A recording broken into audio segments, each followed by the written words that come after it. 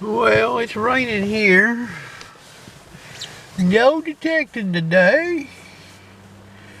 I just thought I'd give a little my take here on what I've been watching, perusing around the old Manicore and the old DS2.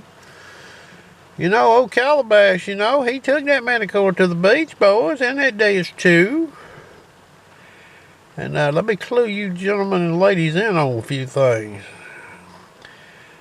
It wasn't Kermit the Frog or Frosty the Snowman watching them videos, okay? I won't say no more. Now, I see people like to pass judgment on Calabash and maybe some other YouTubers, maybe even me. I see comments made like, well, you need 100 hours on a detector before you can assess it, this, that, or the other. Okay, well, let's just say that's true. Okay, so everybody on these metal detecting forums and YouTubers, they should all just shut up. Don't even mention the detector unless you've got 100 hours on it. Certainly don't talk about it. And how about this right here? So, a person has to use a detector for 100 hours before they can assess it and render judgment on it. Wouldn't the same apply at passing judgment on a person? So if you've not watched 100 hours of their YouTube videos, and you've never met the person and hung around the person, maybe you need to watch 100 hours of their videos before you render judgment. How's that sound? Makes perfect sense to me. I mean, if you have to hold a detector in the on position for 100 hours to assess it, surely you should have to watch 100 hours of somebody's YouTube videos, and then you can pass judgment on them. Calabash did not hold back whatsoever. He said he was a rookie using that machine on the beach. But I don't believe it's too difficult to assess that Manicore, okay, because you have a speed setting, a sensitivity setting, and ground balance. Beach low conductor, boys. That's all you can do with the machine. Put it in speed 4 and adjust the sensitivity till she gets quiet, and then you check her for depth. Maybe select the prospecting tones because they're easier to hear, I think. So it's not rocket scientist. DS2's got more settings on it for a wet salt beach than a Manicore. He can run that machine. And like he said up front, he was rookie status with the machine. And, people can follow along. There's things to be learned. The manufacturer could even learn something watching Calabash's videos of their equipment. My lab could learn something. XP could learn something, and other manufacturers. And that's what this is really all about. It's honest information sharing.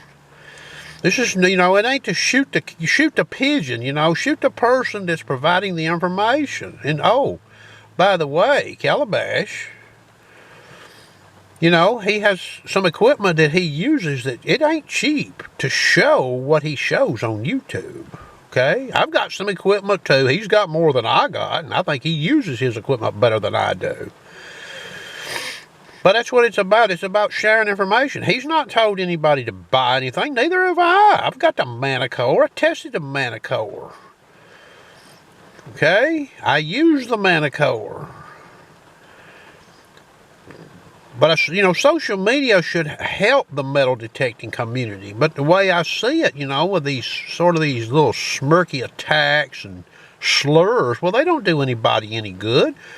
And why would you watch a person's video